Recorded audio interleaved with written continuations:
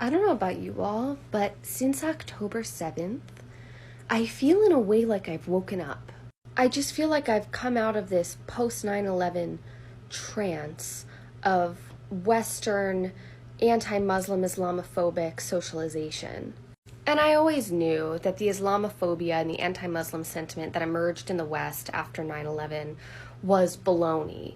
I understood because of my involvement in social justice that the wars in the Levant were wars for natural resources, for gas, for money, for land.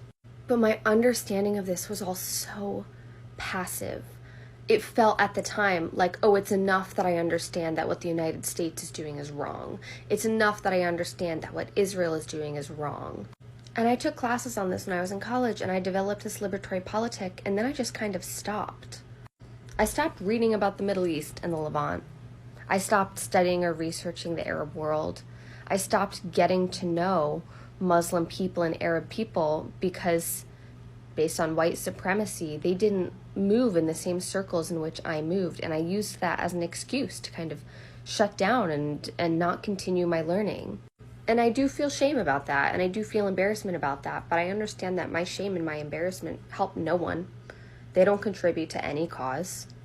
And then October 7th happened, and it kind of lit a fire under my ass of like, girl, you have to go learn more. You have to meet more people. You have to interface with more people. And in the last few months, I have learned more about Arab culture, about the faith of Islam and the tenets of Islam, and how Muslim people treat other human beings.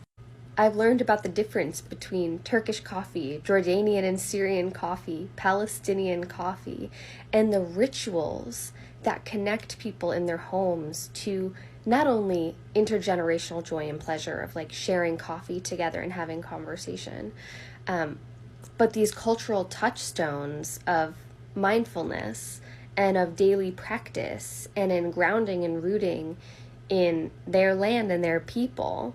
I've learned more about Middle Eastern and Palestinian food.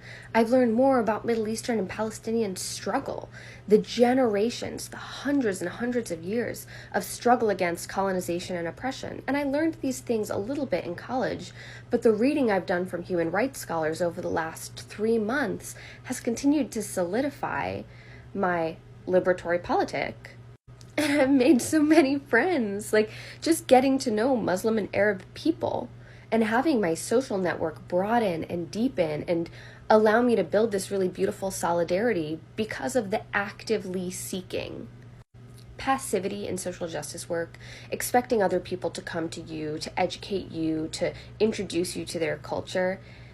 I know that sometimes people feel like it's enough, but really it's intellectually and interpersonally lazy, and it took me way too long to realize how intellectually and interpersonally lazy I was being on the topic of sort of Levantine oppression and oppression of folks from the Middle East and folks who are Arab and Muslim.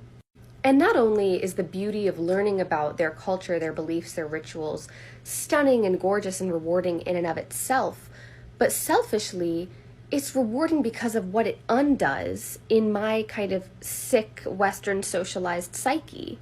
It undoes an anxiety that none of us should have to have about an enemy that's been totally constructed, that is not actually an enemy to any of us, that doesn't wish harm on any of us.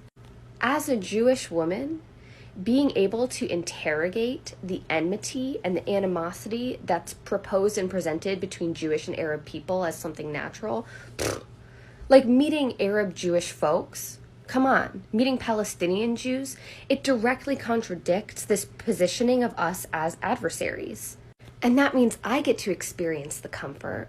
I get to experience the relief of knowing, oh, this group of people who I was taught growing up didn't care for me, wished harm on me and my people.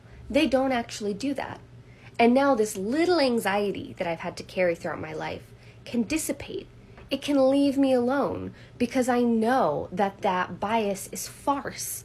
I know that that was bullshit, that was fed to me so that I could become part of a machine and part of a system that does harm to Arab and Middle Eastern people. As always, free Gaza, free Palestine, free the West Bank, and the apartheid, and the occupation, and the genocide, and the bombardment of Gaza.